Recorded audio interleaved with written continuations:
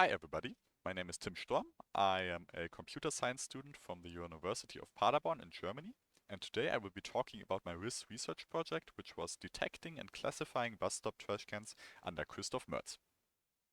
The problem with trash cans is that if nobody notices that they are overflowing, then nobody will come to empty them, and this causes this huge piles of trash to emerge on the sidewalks and stay there for days at a time until a garbage collection truck comes by. So ideally, we would like to notify the authorities when there's a trash can that's almost overflowing or has already overflown. One possible approach are smart trash cans, which have sensors built into them and then can very accurately say, okay, this trash can is full. But they cost a lot, and that's maybe not ideal. So what we want to do is utilize this transit bus. It's already driving around town every day and it's equipped with these security cameras. So maybe we can use a vision-based approach to look at the sidewalk and identify any trash cans and then say that they are empty or they are too full and need attendance. We are especially looking at bus stop trash cans here because they are especially interesting to the bus company who we are cooperating with. So what we want to achieve is something like this, where we have images of trash cans, those have the location embedded into them because of the GPS data that the bus gives us, and then have a clear label. For example, these are full trash cans. And then a human operator can look at those images and take any action they deem necessary. So the question becomes, how do we take those images that we get from the safety camera and turn them into what we really want to see? The first step has to be some kind of filtering on the bus itself. The bus is like just a very weak computer. There's no great hardware in there. So we have to be very lightweight, but also not terribly precise. Just taking anything that could be a trash can and then remember those images for later analysis. For example, this image right here has something that's clearly not a trash can, but we analyze it anyway. So once we give those images to the server, that's where we can do the heavy lifting and really be precise about what we consider a trash can and cut those out.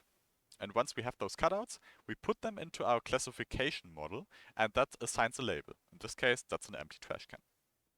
So we implemented those steps in our pipeline and evaluated them.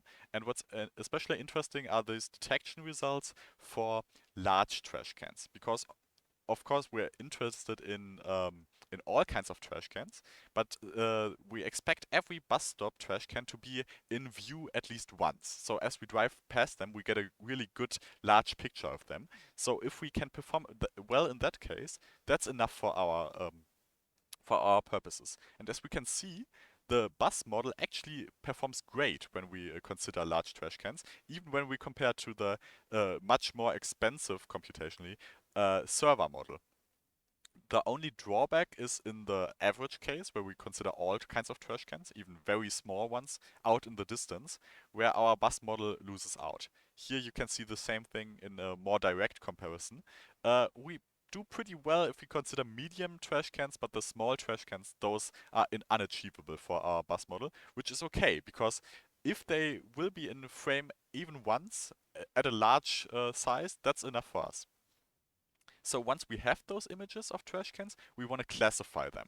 And as we can see here, we actually do pretty well. For example, if there's an empty trash can, we identify it as such in 99% of cases, which is great for our purposes. The only thing that is kind of bothering is this case, where if we have a full trash can, 9% of the time, we say it's actually empty.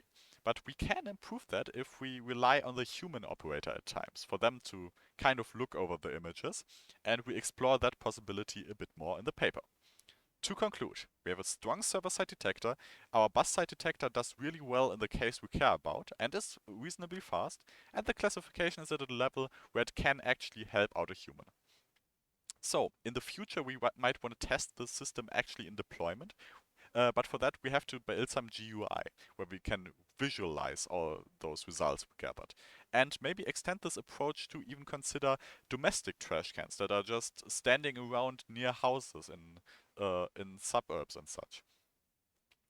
Lastly, I really want to thank a lot of people. At first here, I have to acknowledge that was part of a larger government project, and then I really want to thank my lab for taking me in, especially Anurag and Christoph, who really helped me out, had me work on this project, gave me general guidance, and just I had a very good time. Thank you to Rachel and John, who organized RIS as a whole, for letting me take part in this. I can't stress it enough. It was a great experience that I wouldn't have gotten otherwise. And thank you to the DAAD for funding my trip here because they made this possible. Thank you very much for listening to my small presentation and have a good day.